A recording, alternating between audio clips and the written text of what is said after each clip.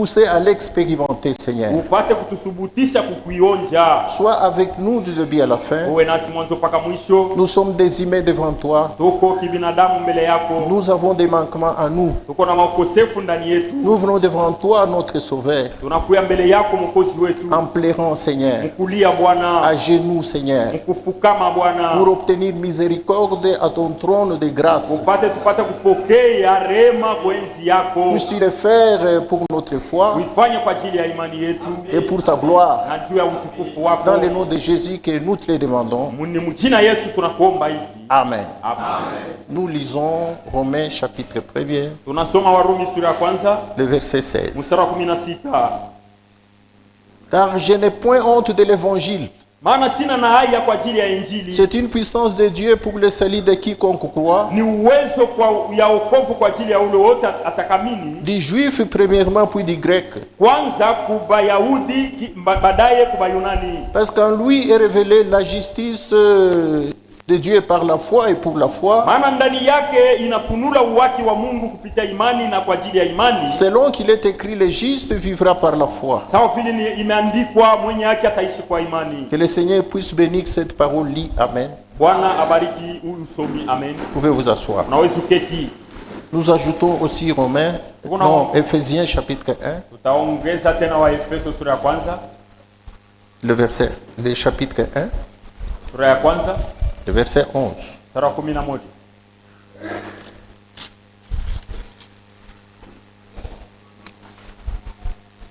Nous lisons. Tunasoma.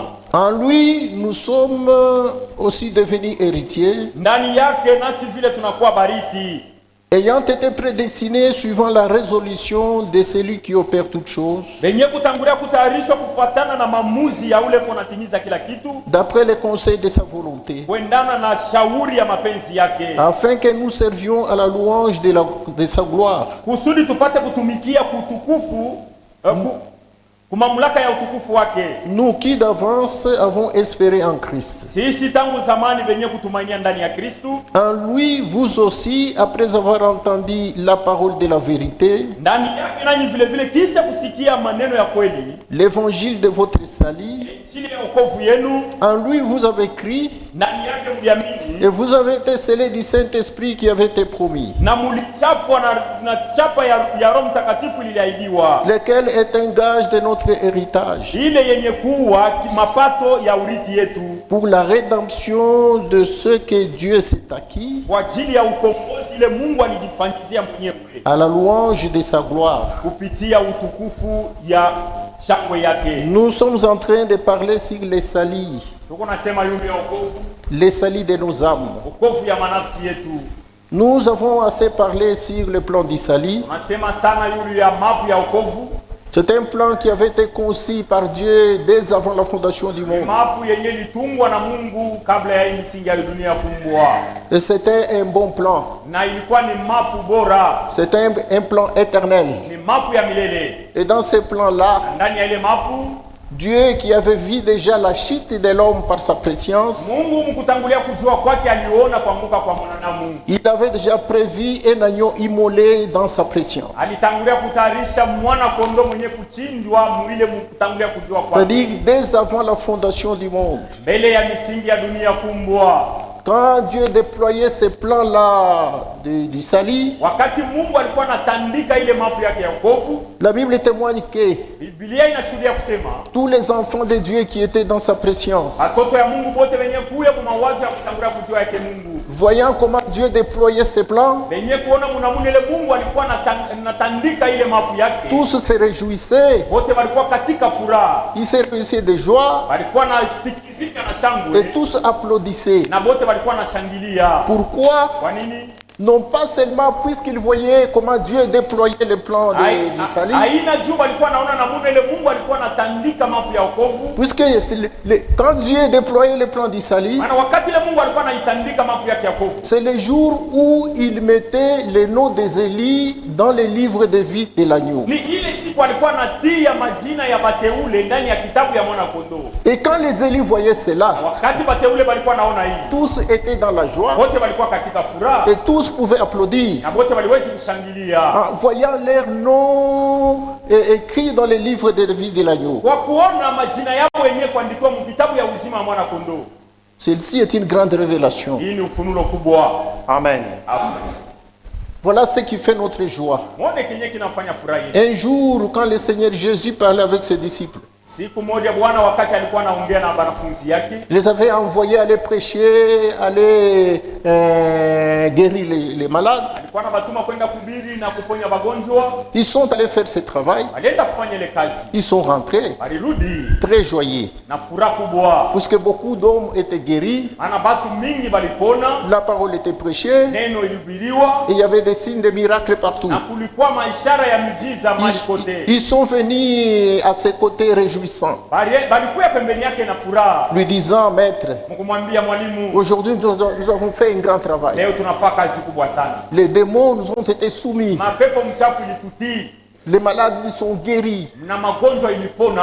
Lui, il leur a dit, Alibambia kusema, vous ne vous réjouissez pas msifurahikie de ce que les malades ont été guéris, kwa ajili ya magonjwa wenyewe de wanapona, ce que vous avez fait beaucoup de miracles. ile mlifanya miujiza kubwa, Vous réjouissez-vous lakini mwe mfurahikie de ce que vos noms ont été écrits dans le livre de vie de l'agneau. ya kusema kama majina yenu ni yenyewe kuandikwa mu kitabu ya mwana kondoo ya uzima. C'est ça qui fait la joie des élus. Ndiyo ili kunafanya furaha ya bateule. Et quand on leur parle du salut, Na wakati beko na baongelea yule ya wokovu, ils doivent se réjouir. banafasi kwa katika furaha.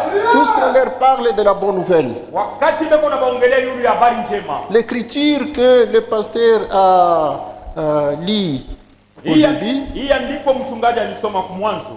se trouve dans 1 Thessaloniciens, Iko mu wa Tesalonika wa kwanza,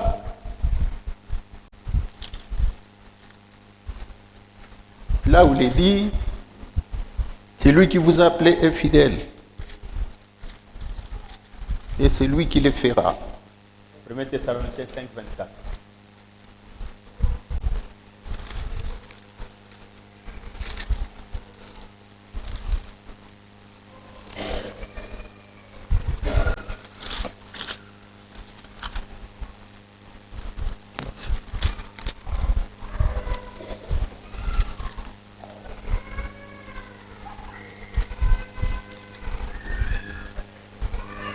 Nous lisons. Soma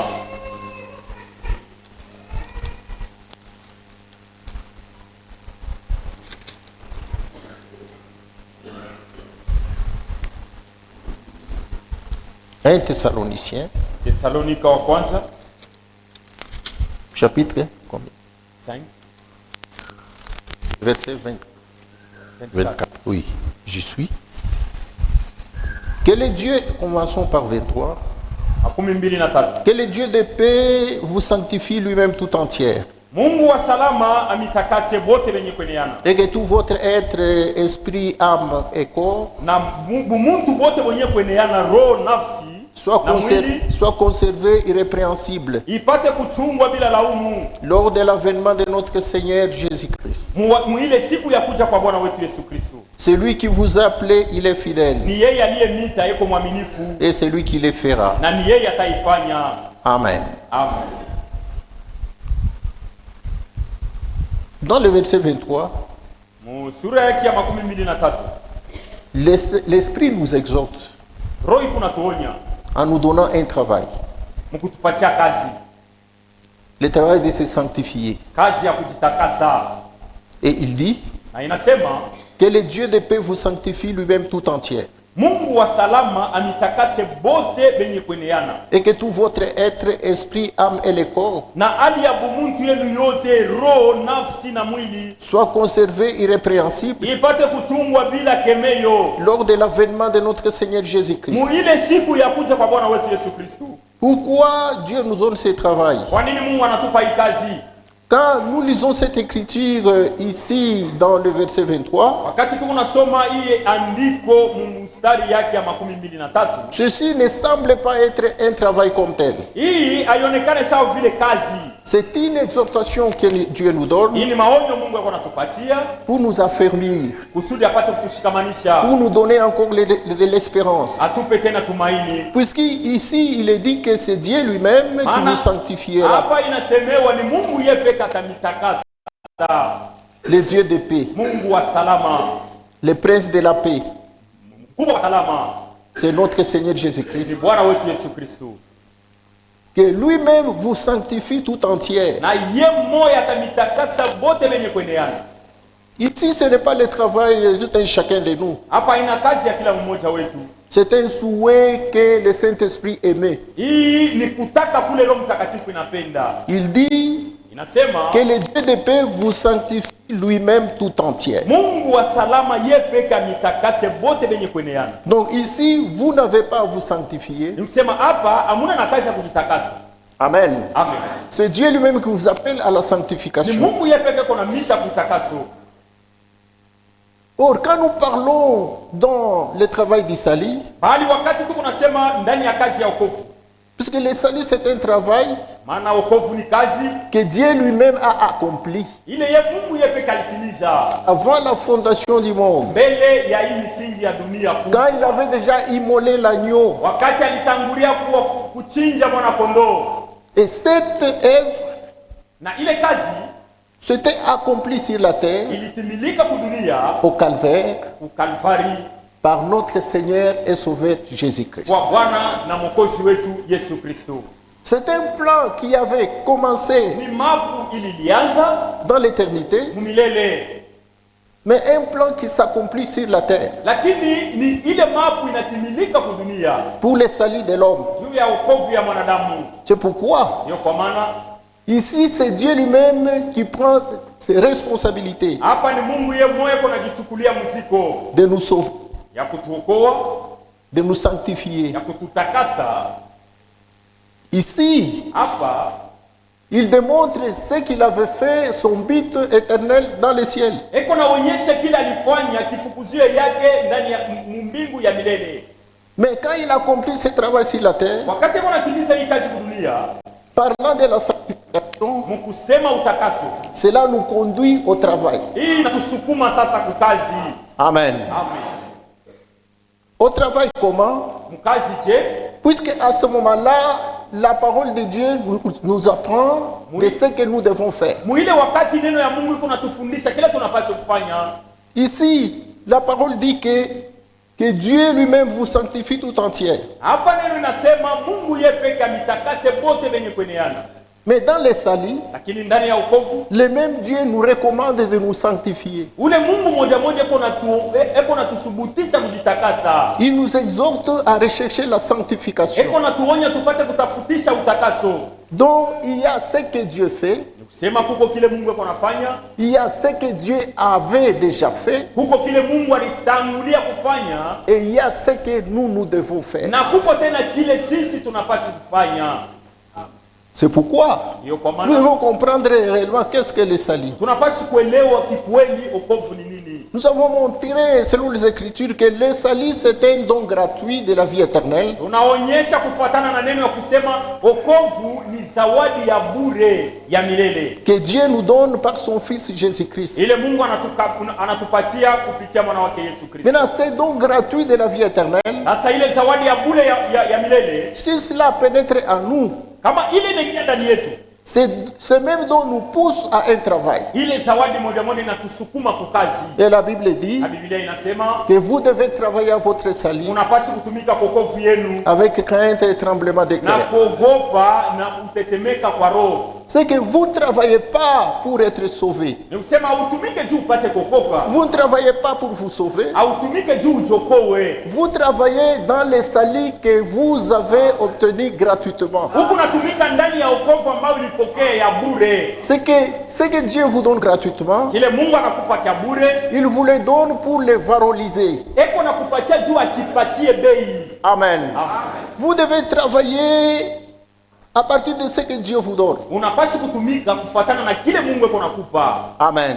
C'est ça le travail que Dieu nous donne. Ndio kazi yenye Mungu anatupa. Puisque Dieu attend de nous un bénéfice. Maana Mungu eko naongojea kwetu mapato. Il attend de nous des fruits. Eko naongojea kwetu tutoe matunda. Mais nous devons travailler pour obtenir ces fruits-là. Lakini tunapaswa kutumika juu tupate kutoa ile matunda. C'est pourquoi ici il est dit Ndio kwa maana hapa inasemewa que le Dieu de paix vous sanctifie lui-même tout entier. Mungu wa salama apate kumitakasa wote wenye kueneana. Et que tout votre être, esprit, âme et corps Na bumuntu wenu bote roho, nafsi na mwili soit conservé irrépréhensible ipate kudichungwa bila laumu jusqu'à l'avènement de notre Seigneur Jésus-Christ. mpaka na ile siku ya kuonekana kwa Bwana wetu Yesu Kristo. Car celui qui vous a appelé, il est fidèle. Maana ule aliyeniita ni mwaminifu Et c'est lui qui le fera. na ni yeye ataifanya hii. Qui nous a appelés, Alituita c'est Dieu lui-même. Mungu yeye pekee. Qui le fera, Ataifanya c'est celui-là même qui nous a appelés. ni yeye mwenyewe ule ataifanya, ni ule alituita. Ce n'est pas moi, ce n'est pas toi qui le fera. Haina mie wala wewe utaifanya, C'est celui qui nous a appelés qui le fera. ni ule alituita ndio ataifanya. Qu'est-ce qu'il fera de nous? Atafanya nini kwetu? Il nous sauvera. Atatuokoa. Amen. Amen. Qu'est-ce qu'il fera de nous? Atafanya nini kwetu? Il nous sanctifiera. Atatutakasa. Qu'est-ce qu'il fera de nous? Atafanya nini kwetu? Il nous glorifiera. Atatutukuza. La Bible dit dans Romains chapitre 8, Biblia inasema Warumi sura 8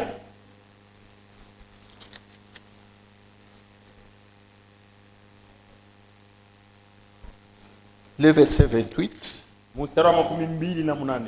Nous savons du reste que toutes choses concourent au bien de ceux qui aiment Dieu, Tunajua kwa hili na baki ya kusema yote iko ya mzuri kwa ule anampenda Mungu. de ceux qui sont appelés selon son dessein. Kwa bale benye baliitwa kufuatana na mapu yake.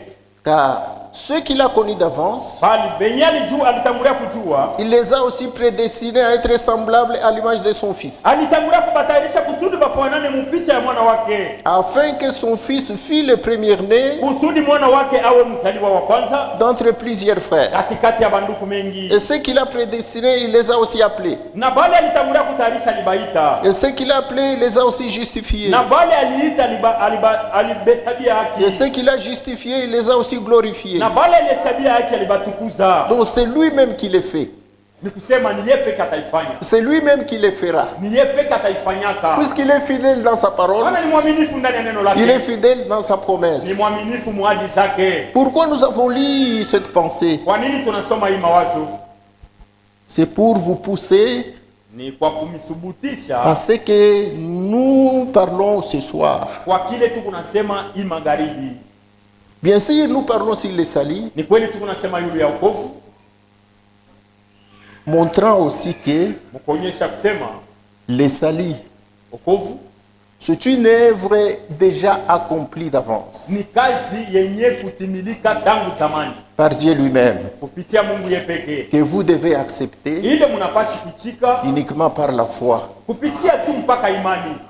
Dieu ne vous appelle pas ce soir à travailler pour avoir les salis, non. Mungu achimite kusudi mutumike mupate wokovu hii magharibi hapa. S'il en était ainsi, Ingelikuwa hivi, notre Seigneur Jésus-Christ Bwana wetu Yesu Kristo ne pouvait pas crier tout haut au calvaire, asiwezi kulalamika wala kupaza sauti kubwa Kalvari disant que tout était accompli. mkusema yote inatimilika. Il ne pouvait pas le faire. Hakuwezi kufanya, Lui ne peut pas mentir.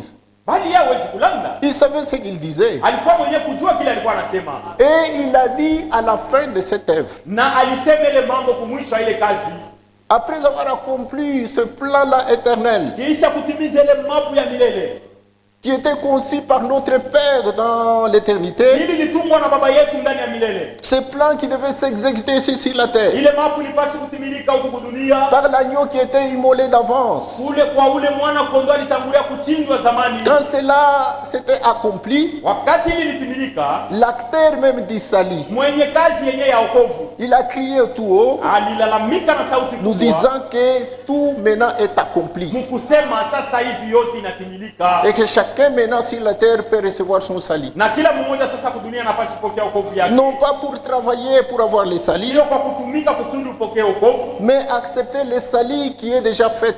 lakini kuikubali ile wokovu yenyewe ilishafanyikana. C'est pourquoi le salut pour nous, Ndio kwa maana wokovu kwetu c'est une œuvre déjà accomplie ni d'avance, kazi yenyewe ishatanguliwa kutimilika, que vous devez accepter seulement par la foi. ile unapaswa kukubali tu mpaka na imani. C'est pourquoi la Bible dit que Kwa maana Biblia inasema Comment est-ce que nous sommes sauvés? namna gani Nous tunaokolewa. ne sommes pas sauvés par nos œuvres. Hatuokolewa kwa ajili ya matendo Nous yetu. ne sommes pas sauvés par notre justice. Hatuokolewa kupitia uhaki yetu. Nous ne faisons pas de recherches pour chercher notre salut. Hatujitafutishe kusudi tupokee wokovu yetu. Dans le salut accompli, Ndani ya ile wokovu yenye kutimilika, nous n'avons rien à faire. hatuna na ya kufanya huko ndani. C'est pourquoi la Bible dit que le salut est une grâce. Ndio kwa maana Biblia inasema wokovu ni neema. La grâce reste grâce. Ile neema inabaki neema vile vile. Un travail reste aussi un travail. Kazi nayo inabaki kazi. Amen. Donc le salut, c'est une grâce. Kusema wokovu ni neema. C'est une œuvre déjà accomplie au Ni calvaire. kazi yenye kutimilika au Kalvari. Que vous devez seulement accepter par la foi. Ile Mungu anapaswa kukubali tu kupitia Et imani. c'est pourquoi nous sommes uniquement sauvés par la foi. Na ni ndio kwa maana tunaokolewa tu kupitia imani. La Bible dit Biblia inasema que nous sommes sauvés par la grâce de Dieu au moyen de la foi. tuko benye kuokolewa kwa neema ya Mungu kupitia imani. Et la foi vient en écoutant la parole de Na Dieu. imani yenyewe tunaipokea mkusikia neno ya Mungu. La foi se trouve dans la prédication de l'évangile. Imani inajikuta ndani ya mahubiri ya Injili. La foi du salut. Imani ya wokovu. Qu'est-ce qui nous sauve? Ni nini inatokoa? Nous sommes sauvés par l'évangile de notre salut. Tunaokolewa kupitia Injili ya wokovu yetu. C'est ce que nous avons lu dans Éphésiens, Ni kile tulisoma mu Efeso le chapitre 1, sura ya kwanza le verset 11. mstari wa 11.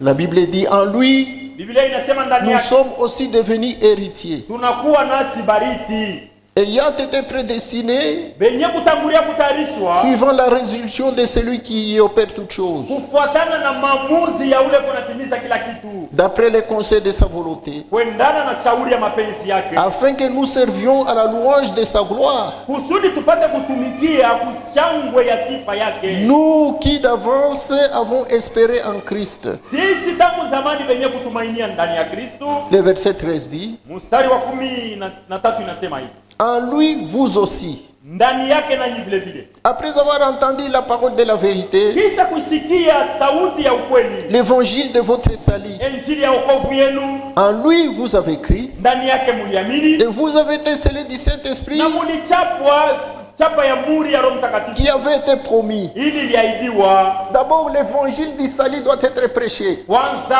Injili ya wokovu inapaswa kuhubiriwa, Et l'évangile du salut, na Injili ya wokovu c'est l'évangile de Dieu ni Injili ya Mungu qui avait été promis ili liahidiwa dans les Saintes Écritures ndani ya maandiko takatifu par les prophètes de Dieu. kupitia manabii ya Mungu. Et cet évangile de Dieu Na ile Injili yake Mungu parle de son Fils Jésus-Christ. iko nasema kumambo inahusu mwana wake Yesu Kristo. Pourquoi il est appelé évangile de Dieu? Kwa nini inaitwa Injili ya Mungu? Puisque c'est un évangile éternel. Maana ni Injili ya milele. C'est ce que nous prêchons aujourd'hui. Ni ile tuko na ubiri leo, L'évangile de Dieu. Injili yake Mungu. Dans Romains chapitre 1. Warumi sura ya kwanza.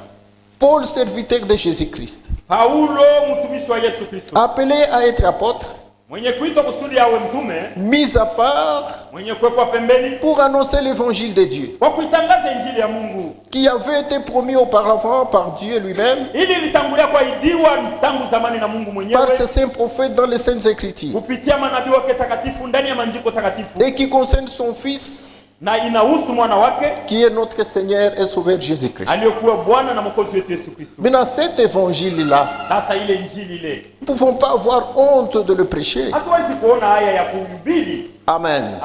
Nous ne pouvons pas avoir honte de le témoigner. Hatuwezi kuona haya ya kushuhudia. Nous ne pouvons pas avoir honte de le croire. Hatuwezi kuona haya ya kuyamini. Le verset 16 dit, Na mstari wa 16 inasema hivi.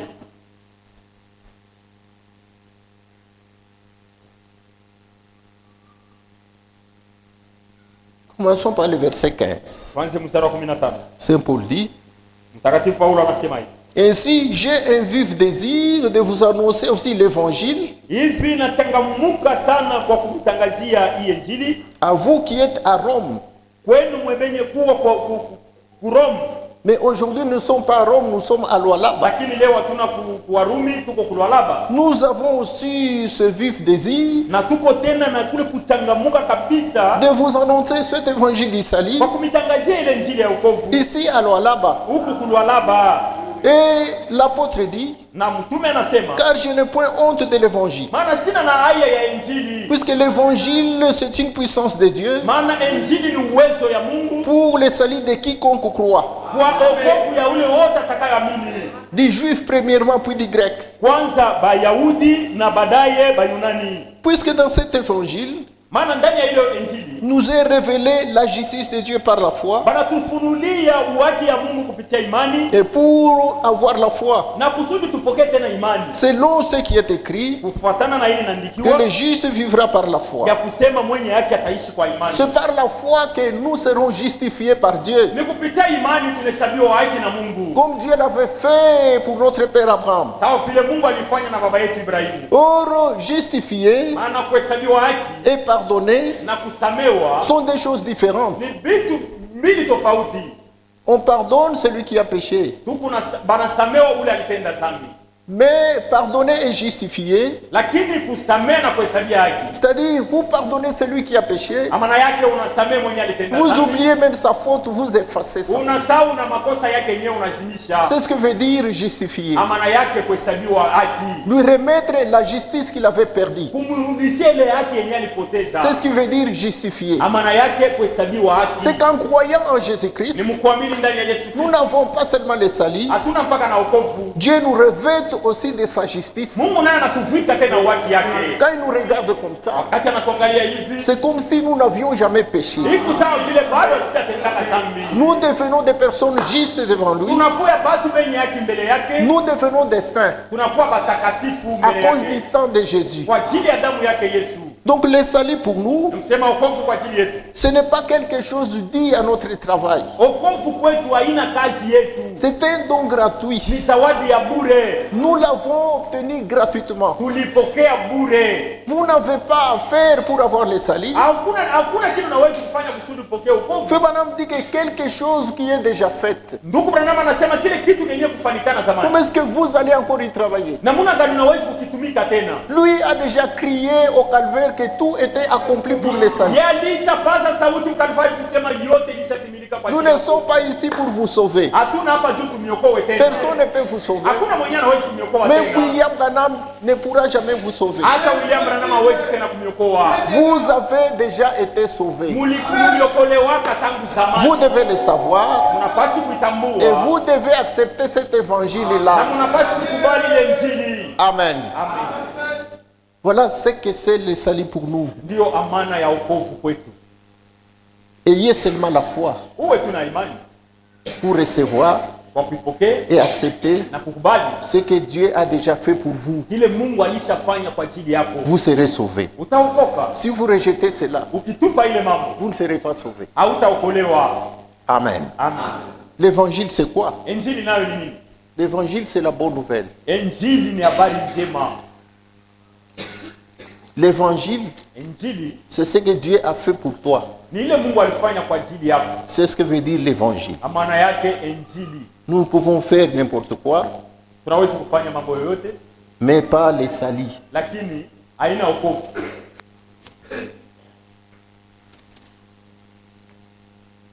Nous lisons quelque part pour nous aider ici. Tutasoma sehemu fulani kwa kusaidia hapo. Hébreux chapitre 4, Waebrania sura 4 sur la page 11.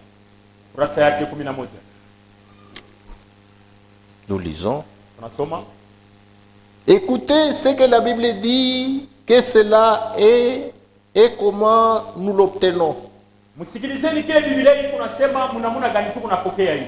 La Bible dit, craignons donc tandis que la promesse d'entrer dans son repos subsiste encore. Biblia hii inasema tongopeni basi, maana malako ya kuingia mu mapumziko yake ingali. Qu'aucun de vous ne paraisse être venu trop tard. Usiwe hata mmoja katikati yenu aonekane kuwa mwenye kuchelewa. Qu'aucun de vous ne paraisse manquer cela. Usionekane mtu hata mmoja katikati yenu apate kukosa kule. Car cette bonne nouvelle nous a été annoncée aussi bien qu'à eux. Maana hii habari njema ilitutangaziwa sawa vile navyo vile zamani. Qu'est-ce que l'évangile? Injili ni nini? L'évangile, c'est la bonne nouvelle. Injili ni habari njema. La bonne nouvelle leur a été annoncée en Égypte en ces termes. Habari njema ilipelekea Misri muhimu semeyo. Dieu avait envoyé un libérateur pour eux. Mungu alibatumia mkombozi kwa ajili yabo. Et il va les faire sortir d'ici. Kwa kusema atabatosha huko.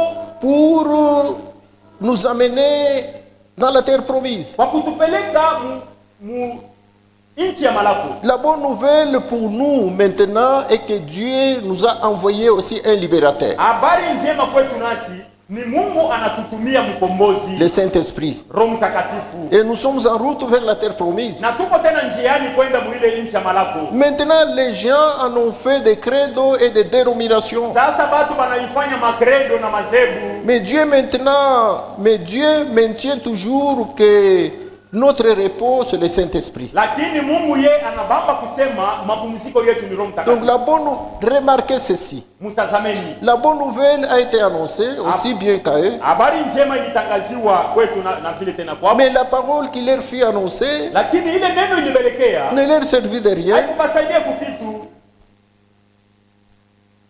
Souvenez-vous-en.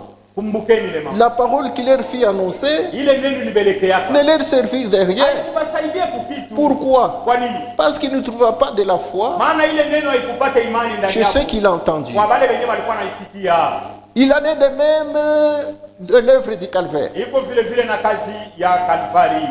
Qu'est-ce que la foi? Imani ni nini? La foi, c'est croire fermement ce que Dieu dit. Imani ni kuamini kabisa kabisa mkile Mungu yuko anasema. Et croire aussi fermement ce que Dieu a fait. Na kuamini tena kabisa kabisa mkile Mungu anafanya.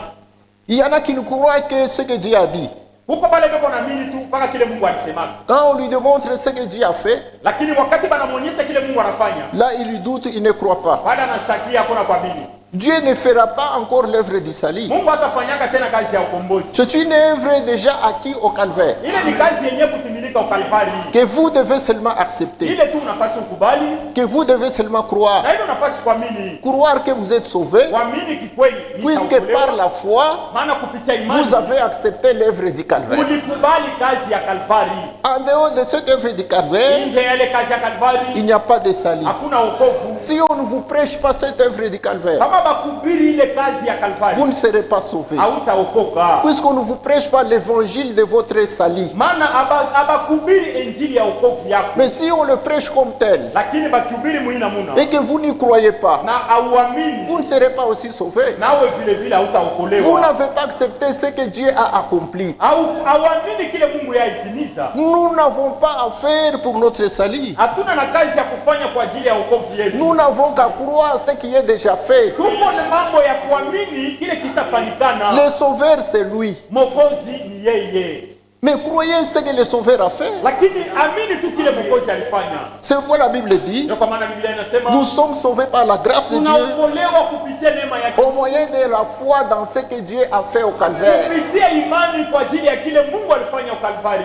C'est pourquoi cela est appelé la bonne nouvelle pour Ndio nous. kwa maana hili inaitwa habari njema kwetu. Quand nous lisons dans 1 Corinthiens, Wakati tuko nasoma barua kwa Wakorinti, l'apôtre Paul appelle cela la folie de la croix. mtume Paulo yuko nasema eko naita ile majimu ya msalaba. Même celui qui croit être sauvé, Hata ule eko naamini mwenyewe kuokolewa, parfois il est paniqué. saa zingine eko mwenyewe kusutushwa, Parfois il commence à hésiter. saa zingine eko nashakia. Amen. Quand on lui dit que tu es sauvé gratuitement. Wakati banamwambia kusema ushaokolewa kwa bure. 1 Corinthiens. Wakorinto wa kwanza.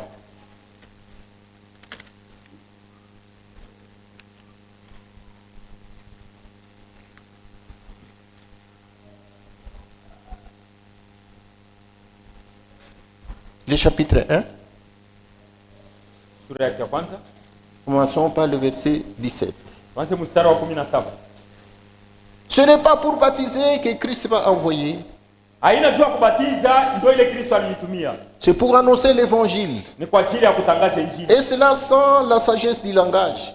Na ile bila tu hekima ya msemeyo. Afin que la croix de Christ ne soit pas rendue vaine. Kusudi msalaba wa Kristo isipate kuwa ya bure. Car la prédication de la croix est une folie pour ceux qui périssent. Lakini mahubiri ya Kalvari ni majimu kwa wale beko napotea. Mais pour nous qui sommes sauvés, Lakini kwa ajili yetu si benye kokoka. elle est une puissance de Dieu. Ni uwezo ya Mungu. Aussi est-il écrit, Na nayo tena inaandikwa, je détruirai la sagesse des sages, mitaribu hekima ya benye hekima, j'anéantirai l'intelligence des intelligents. na mitapoleza akili ya benye akili.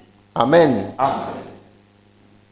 Descendons encore, Tushuke tena kidogo, le verset 22. Non, continuons seulement. tuendelee tu.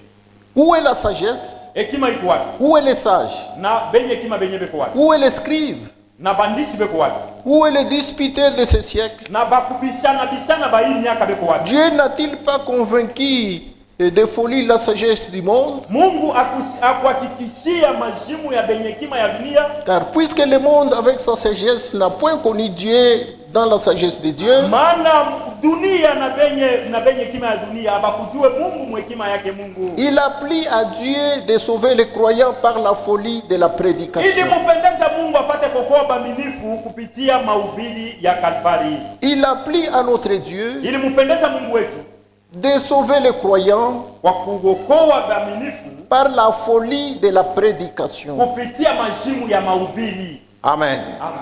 Les Juifs demandent des miracles et les Grecs cherchent la sagesse. Bayuda beko natafuta miujiza na Bayunani beko natafuta hekima. Nous prêchons Christ crucifié, Sisi tunahubiri Kristo mwenye kusulubishwa. qui est scandale pour les Juifs, Eko kikwazo kwa ajili ya Bayuda, mais folie pour les païens. lakini ni majimu kwa ajili ya bapagano. Amen. Amen. Mais puissance de Dieu et sagesse de Dieu Lakini uwezo na nguvu ya Mungu pour ceux qui sont appelés, kwa bale balitwa tant juifs que grecs. bawe Bayuda yani wala Bayunani. Donc il a plu à notre Dieu Ni kusema ili mupendeza Mungu wetu de nous sauver par une folie, kwa kutuokoa kwa kumazimu moja hii, la folie de la prédication. mazimu ya mahubiri Donc dans l'évangile, ndani ya Injili, dans la prédication de la croix, ndani ya mahubiri ya msalaba, dans l'évangile de notre salut, ndani ya ile Injili ya wokovu yetu, Dieu y avait caché une folie. Mungu alifichika mo mazimu moja hivi. C'est quelle folie? Ni mazimu gani? Amen. Amen. Quand les Juifs entendent cela, Wakati Bayuda beko nasikia ile, pour eux c'est un scandale. wapo ni kikwazo. Puisqu'il est écrit dans la Bible Ana inaandikwa ndani ya Biblia que maudit celui qui est pendu au bois. ya kusema alaniwe mwenye kusulubishwa kumuti. C'était une mort misérable Ilikuwa ni lufu ya bunyonge d'être crucifié sur le bois. ya kusulubishwa tu kumuti. C'est ce que la Bible écrit. Ndio kile Biblia inaandika. Maudit quiconque est pendu au bois, Alaniwe yoyote mwenye kusulubishwa kumuti, que cette personne soit maudite. ule mtu apate kulaniwa. C'est pourquoi pour les Juifs, Ndio kwa maana kwa Bayuda si on crucifie quelqu'un sur le bois, akisulubisha mtu kumuti, comme on l'avait fait pour Jésus-Christ, kama vile walifanya na Yesu Kristo, pour eux ce n'était pas une bonne chose. wapo haikuwa kitu kiema, C'était une grande malédiction. ilikuwa ni laana kubwa. Amen. Amen. C'est pourquoi la Bible dit que Kwa maana Biblia inasema cet acte-là pour les Juifs, ile tendo kwa ajili ya Bayuda c'était un scandale. ilikuwa ni kikwazo kwabo, Mais pour nous, lakini kwetu sisi voir cet acte-là, kuona ile tendo c'était un acte du salut pour nous. ilikuwa ni tendo ya wokovu yetu. Alors le Saint-Esprit appelle cela scandale de la prédication. Sasa ile Roho Mtakatifu kunaita kikwazo cha mahubiri, Il appelle cela folie de la prédication. eko naita kile kitu mazimu ya mahubiri. Pourquoi il appelle cela folie? Kwa nini anaita mazimu? C'est quelque chose qu'on ne peut pas comprendre. Ni kitu kile mtu hawezi kuelewa. Nous qui avions péché, Sisi bale waliotenda dhambi être sauvés gratuitement comme ça, kuokolewa tu bure kwa hiyo sans rien payer. bila kulipa kitu, Mais c'est une folie. ni mazimu kwanza. Accepter que tu es sauvé Kuitika kusema nilishaokoka uniquement puisque tu crois à ce que Jésus-Christ a fait sur le calvaire. ni kwa ajili tu ya kuitika kile Yesu alifanya kumsalaba, Malgré tous vos péchés. ijapo kuwa mazambi yako. Il y en a qui avaient commis des péchés rouges. Huku bale balitenda mazambi mwekundu, Rouges comme des pourpres. mazambi mwekundu sawa kamba mwekunda, Des péchés rouges comme de la cramoisie. na kamba mwekunda sawa vile zambi mwekundu sawa vile kamba mwekunda. La Bible dit, Biblia inasema venez tel que vous êtes. mkuye tu paka vile Mungu, Même si vos péchés sont rouges comme de la cramoisie, hata kama zambi yenu ni mwekundu sawa vile damu, même si cela est rouge comme du pourpre, hata kama ni mwekundu sawa purple, Je vous rendrai blanc comme la neige. Mitamifanya mkuwe mweupe sawa theluji. Amen. Amen.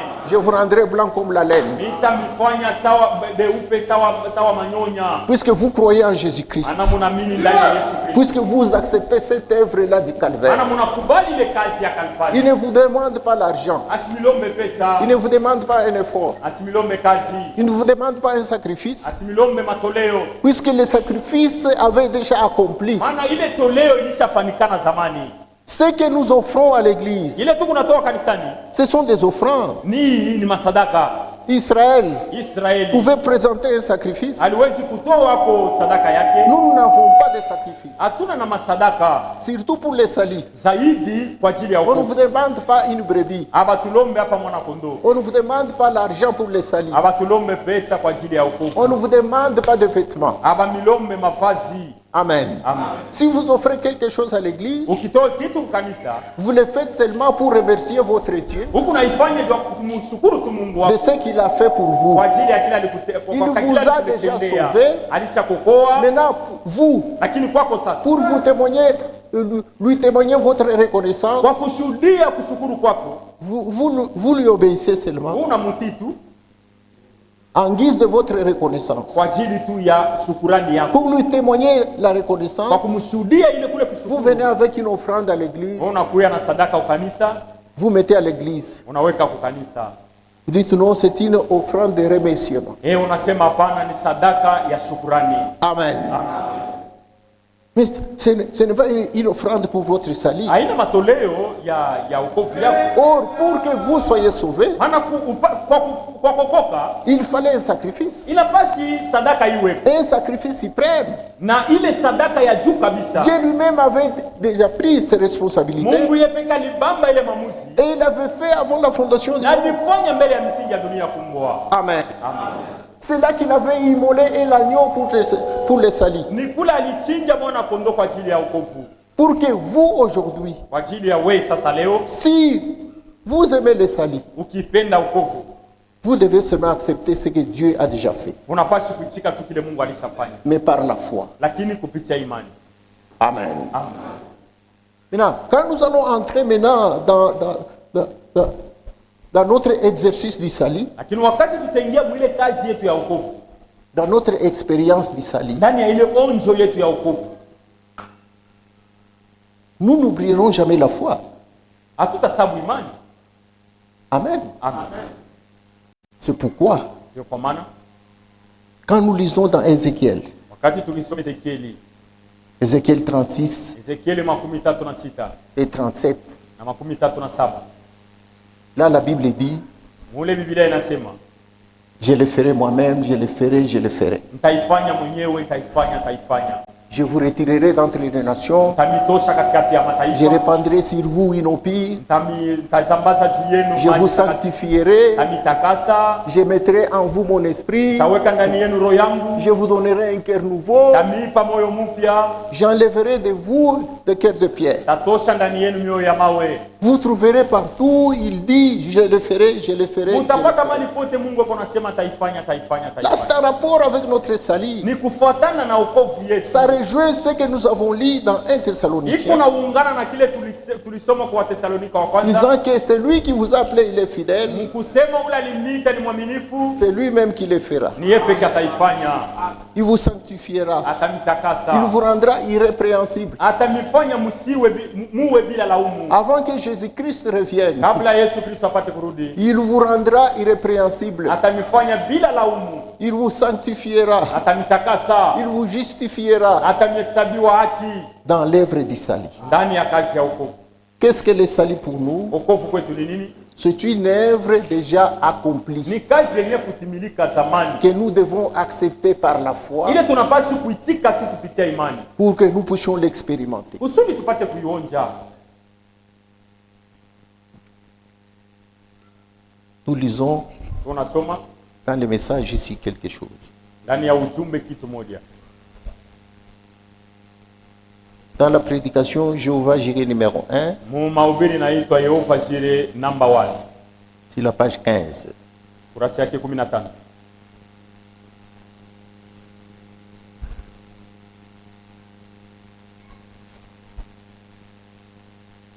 Paragraphe 61. aya 61. C'est vrai. C'est vrai. Que Dieu vous bénisse. Mungu ambariki. L'homme a toujours essayé de se sauver lui-même. Mtu eko na pima kwa kujiokoa mwenyewe. Vous ne pouvez pas le faire. Hawezi kuifanya. Dieu l'a déjà fait. Mungu ashaifanya zamani. Vous devez seulement l'accepter et le croire. Wewe unapaswa tu kukubali na kuamini. La colonne de feu était là pour le conduire et le guider. Nguzo ya moto ilikuwa pale kwa kubaongoza na kubanyolosha. Le conduire dans une voie. Lakini kubaongoza ndani ya njia moja. Une puissance. Uwezo. La grâce avait pourvu à une puissance. Neema ilitayarisha kwa uwezo moja. Pour condamner leurs ennemis et les libérer. Kwa kuhukumu baenemi yabo na kubaokoa. La puissance avait été déjà donnée. Uwezo ilikuwa ishapewa zamani. Ils avaient même traversé la mer Rouge. Balitambuka na bahari mwekundu. Ils avaient frappé Pharaon. Balipiga Farao. Ils avaient toutes choses, ces choses par la grâce. Balifanya kila kitu lakini kupitia neema. Et ensuite ils ont changé la grâce contre la loi. Lakini balibadilisha neema na sheria. Mais cela n'avait rien à voir avec la sémence royale d'Abraham. Lakini ile haikuhusu na mambo inahusu mbegu ya kifalme ya Ibrahimu. Amen. Amen. Nous ne pouvons pas changer le salut en autre chose. Hatuwezi kubadilisha wokovu na mambo ingine. C'est un don gratuit Ni zawadi ya bure de la vie éternelle ni uzima wa milele que nous avons reçu ile tulipokea par Dieu lui-même kupitia Mungu au moyen mwenyewe de son Fils Jésus-Christ. kupitia mwana wake Yesu Et Kristo. c'est une œuvre déjà accomplie. Na ni kazi yenye kutimilika zamani. C'est une œuvre déjà parfaite, Ni kazi kamili accomplie par Dieu lui-même, yenye kutimilika na Mungu mwenyewe. conçue dans le plan éternel, Yenye kutungwa mu mapu ya milele dans l'éternité, ule kumilele et exécutée sur la terre na yenye kutimilika huko au kudunia. calvaire. Ku Kalvari. Quand vous acceptez cette œuvre du calvaire, Wakati unaitika yani kukubali ile kazi ya Kalvari par la foi seulement. kupitia imani tu. Ici, Hapa on ne parle pas d'abord de l'obéissance. Non, non. baseme kwanza mambo ya utifu. Le temps de l'obéissance n'est pas là. Wakati ya utifu haina hapa. Ici, nous parlons d'abord de la foi. Hapa tu unasema mambo ya imani. La foi, c'est la foi. Imani ni imani. L'obéissance, c'est l'obéissance. Utifu nayo ni utifu. Vous devez d'abord avoir la foi dans la Kwanza chose. unapashi kuwa na imani ndani ya kitu. Et c'est cette foi-là Na ni ile imani qui vous poussera à l'obéissance. ili itakusubutisha kutifu sasa. Mais le salut, Lakini wokovu vous devez l'accepter. unapashi kuitika tu. Ce que Dieu a fait Ile Mungu yalifanya gratuitement. ya bure tu. Mais avoir cette foi-là, Lakini kwa kuwa na ile imani c'est compliqué. ni mvurugo kabisa. Accepter Kukubali la folie, mazimu, quelque chose d'incompréhensible. kitu kisioeleweka. Beaucoup de gens n'acceptent pas ça. Watu mingi abelewe ile mambo. Ils cherchent toujours à faire quelque chose pour leur salut. Abaitike beko natafuta bafanye kwa kitu mwa fulani kwa C'est ajili ce ya qu'Israël wokovu. avait fait aussi. Ndio kile Israeli naye pia alifanya. C'est ce que l'homme fait toujours. Na kila mara ndio kile mwanadamu Il cherche anafanya. toujours à avoir son salut propre. Eko natafuta tu wokovu yake binafsi. Nous ne sommes pas sauvés par les œuvres. Si atuokolewe kwa ajili ya matendo. Non. Hapana. Nous avons été sauvés Tuliokokaka avant que nous fassions les œuvres. mbele yasiye kutoa matendo. Vous vous rappelez de notre prédication de la préscience. Munakumbuka mahubiri yetu ya kutangulia kujua. Avant que Jacob soit né, Mbele ya Yakobo azaliwe. avant qu'Ésaü soit né, Mbele Esau apate kuzaliwa, Dieu avait aimé Jacob. Mungu alimpenda Yakobo. Avant les œuvres. Mbele ya matendo. Amen. Amen. Nous sommes sauvés par la foi Tunaokolewa kwa njia ya imani dans ce que Dieu a accompli pour nous. kwa ajili ya kile Mungu alifanya kwa ajili yetu. Que Dieu vous bénisse. Mungu amibariki.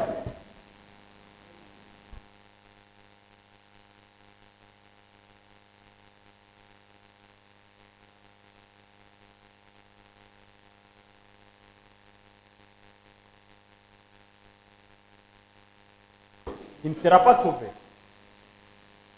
Kama ushikia utapokea imani. Si tu n'as pas compris, tu ne recevras pas la foi. Imani iko natoka mkushikia. La foi vient de ce qu'on entend. Usiombe sana juu upate imani. Ne priez pas beaucoup pour avoir la foi. Usisome sana juu upate Ne imani. lisez pas pour avoir la foi. Hautaipata. Tu n'auras pas la foi. Hata unaenda mpori. Même si tu pars dans la brousse. Mungu yanasema J'ai dit, Imani iko nakuwa ni kukushikia. La foi vient de ce qu'on entend. We shikia, Toi entends seulement Mungu atakupa imani. et Dieu va te donner la foi. Jo mambo ya Mungu hii. C'est ça les affaires de Dieu. Hii bantu beko naenda kuhangaika haina yo. Tout ce que les gens font, ce n'est pas ça les affaires de Dieu. Ile beko nanyonyesha huyu dada mwa alikuwa katikati yetu. Donc me montre la sœur qui était parmi nous. Kila siku magharibi pa kulala. Chaque jour le soir avant de dormir. Eo nashunguluka na mai parcelle mjima. Elle circule avec de l'eau dans une bouteille. Anamwanga toute na la parcelle. pamalata. Il jette même sur les tôles. Ila ina okovu. Ça, ce n'est pas le salut. Okovu, Le salut, Mungu anashaka kuitayarisha zamani. Dieu avait déjà préparé ça depuis longtemps. Au ya kuyakako. Avant même que tu sois là. Sasa nakomba we. Maintenant, il te demande toi. We itika tu. Toi, accepte seulement. Kile mimi nesha kufanya. Ce que moi j'ai déjà fait, Itika. crois seulement. Amuna kanguvu kako ataka. Il n'y a pas tes efforts Akana là-dedans. amo. Il n'y a pas même tes efforts. Yarisha byote. Dieu a tout accompli. Anasema na kusema yote Et imetimizwa. il a même dit, tout est accompli. Sasa wewe ule balifanishia. Maintenant, toi à qui on a fait cette œuvre, Banakomba kuichika tu. on te demande d'accepter seulement. Aina na kichwa, Ce n'est pas accepté par la tête, ichika na nafsi yako accepte par ton âme. na roho yako. Avec ton âme Kama et ton unaichika cœur. vile, Si tu acceptes comme ça, hii habari njema, cet évangile, uwezo yake donc sa puissance, inakuwa majimu. donc ça devient une folie. Inakuwa majimu. Ça devient une folie. Koma bali kufanya tu mikono hivi. Et comment on t'a imposé les mains Banaomba et on a prié, tuberculose itoke. la tuberculose part. Mais si majimu. Ça c'est la folie ça. Non? Tuberculose itatoka La je. tuberculose peut partir comment? Jo majimu ile. C'est ça même la folie. Kila siku muna o kanisa. Chaque jour vous venez à l'église. Beno afu mwe benye amlofa keko. Et pourquoi vous ne vous absentez pas à l'église? Juu uwezo ya Mungu netufanya kwa majimu. Parce que la puissance de Dieu nous a rendu folie. Unaona muntu Vous voyez un homme anakonda sana na lukula. qui est très maigre à cause de la maladie. Beko natafuta kumpeleka kubafumu. On veut lui amener chez les devins. Anebeleza sema, Il leur a dit, biba nesha kunyombea Mungu. moi on a déjà prié pour moi. Munyache. Laissez-moi tranquille. Kama ni kufwa, S'il s'agit de mourir, mimi nitakufa. moi je vais mourir. Kumbele ya bandugu yake Devant ses ni frères, majimu. c'est une folie. Mungu kani ule. Quel Dieu! Uwezo ya Mungu inakuwa majimu La kwetu. puissance de Dieu est devenue une folie pour nous. Njo mambo ibego netubi. C'est ça les affaires qu'on nous prêche ici. Asema kuba juifu hii mambo. On a dit que chez les Juifs, ce problème, Bo banakwala. cette affaire, c'est un scandale pour eux. Kwetu Chez nous, ni okovu. c'est le salut. Paka vile ndugu anatoka mkusema. Tel que le frère vient de le dire. Mu Biblia banasema Dans la Bible, il est dit, muntu yote ole batatunjika kumuchi. toute personne qui sera pendue au bois, Kumusalaba. là à la croix, Selon ba juif. selon les Juifs, Kama banakona tuko yulu ya muchi. si on te remarque pendu au bois et tu meurs là, Uko mwenye kulaniwa. tu es maudit. Uko mwenye Tu kulaniwa. es maudit. Sasa banakwala je? Maintenant, ils étaient scandalisés comment? Koma muntu wa kulaniwa Comment est quelqu'un qui est maudit, anaweza kuokola bantu? il peut sauver les gens? Bo banakwala Et était scandalisé. chini uwezo netoko. Mais nous, cette puissance nous a sauvés. Jo majimu ile Mungu C'est anashikia. ça la folie que vous entendez. Kama réellement hii mambo inakupata, Et si réellement cette affaire t'atteint, fashi yote uiko huko majimu. partout où tu es, tu seras fou. Bwana tubariki sana. Que le Seigneur nous bénisse. Dada yetu Swazi anahitaji maombi kanisa, ikiwa mapenzi ya Mungu kesho atabule. Gratuitement, Anakomba tu il te demande wewe uitike. de croire seulement. Mungu anakuokola. Et Dieu te sauve. Mungu tubariki sana. Que Dieu nous bénisse. À la croix de Jésus où j'ai reçu le pardon, les fardeaux, mes péchés, mes totés. Ne crains point, car je suis racheté et je chante lui qui m'a aimé. Crois à la croix de Jésus où j'ai reçu les pardons, les fardeaux de mes péchés, mais tout est, je ne crains point, car je suis racheté, et je chante à celui qui m'a aimé. Tombez-vous.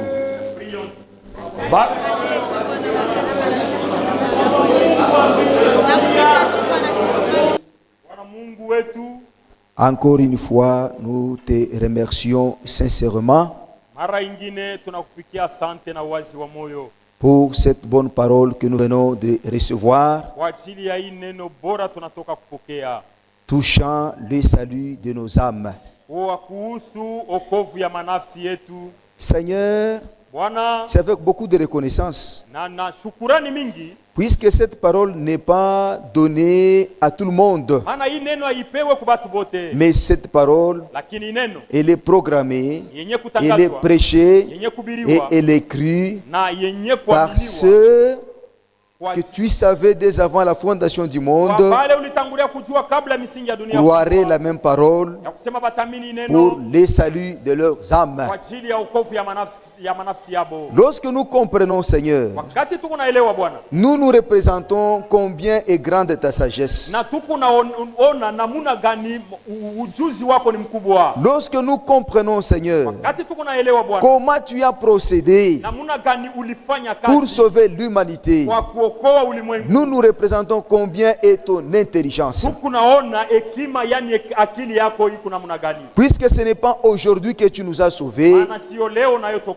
Non, Seigneur, tu avais toi-même élaboré ce programme depuis le plan éternel.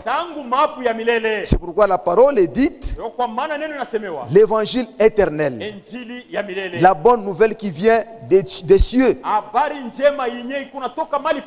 Oh Seigneur, tu mérites l'honneur, tu mérites la gloire, puisque dans cette œuvre, personne ne peut s'attribuer l'honneur. Ce n'est pas venu de nous-mêmes. C'est ce que la Bible dit. Nous sommes sauvés par la grâce, mais au moyen de la foi. Ce qui veut dire que nous avons reconnu le salut que tu nous as apporté. Nous avons compris que c'est important. Nous avons cru. Nous avons accepté. Et c'est pourquoi le salut devient accessible chez nous. Donc personne ne peut se glorifier. C'est lui qui mérite la gloire. C'est lui pour qui on doit adresser des louanges. C'est toi notre Seigneur Jésus-Christ. Maintenant Seigneur, puisque nous avons compris que tu nous as sauvés sans argent, sans rien payer, mais pour montrer notre reconnaissance, pour valoriser cette grande œuvre, on ne doit pas rester sans rien faire. Mais l'Esprit nous exhorte de travailler pour ce salut que nous avons reçu, montrant notre reconnaissance et exprimant la valeur de la chose que nous avons reçue. Merci pour cette parole. Bénis ton serviteur, bénis cette église, que nous gardions jalousement le salut. Au nom de Jésus, nous te prions ainsi. Amen.